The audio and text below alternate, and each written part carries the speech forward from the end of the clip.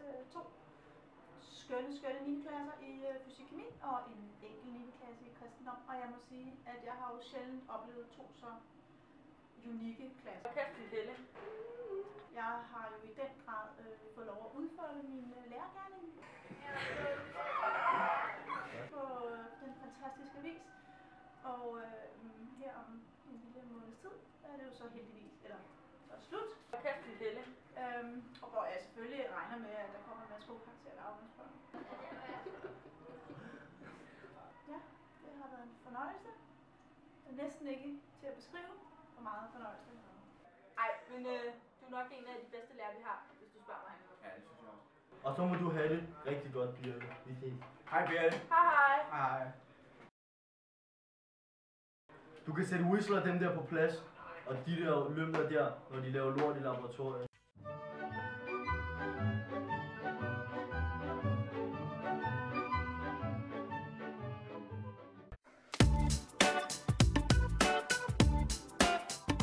Jamen altså 9. klasserne, dem har jeg jo haft her i 8. og 9. klasse, og det er simpelthen de bedste klasser, jeg nogensinde har haft. Og jeg håber simpelthen, at vi skal til afgangsprøven her sammen, fordi de er simpelthen de bedste, jeg nogensinde har haft i samfundsfag. Mest engagerede, laver altid deres lektier, er altid med i timerne, og er helt fantastiske til at diskutere, så jeg tror faktisk aldrig, jeg har oplevet noget bedre.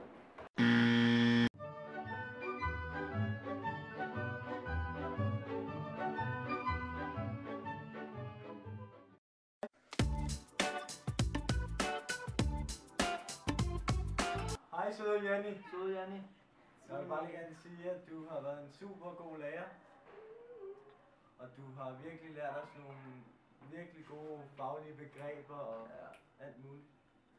Og vi har også, vi har sgu også haft det sjovt, det er heller ikke, altså det har ikke været virkelig tørt. Vi har Også god med karaktererne, ikke? Og karaktererne, de har også været i år. Du er lidt og fedt hos.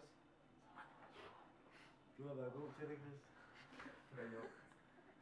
Jamen, jeg synes jo, det er nogle meget intelligente, kloge, interesserede, engagerede elever, som der går i 9. B.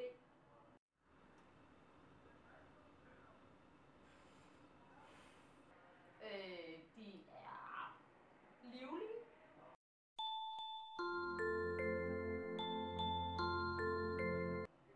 Stiller rigtig store krav, og vil meget gerne have dem opfyldt. Og så er der ikke nogen tvivl om, at der vil blive snakket om dem efter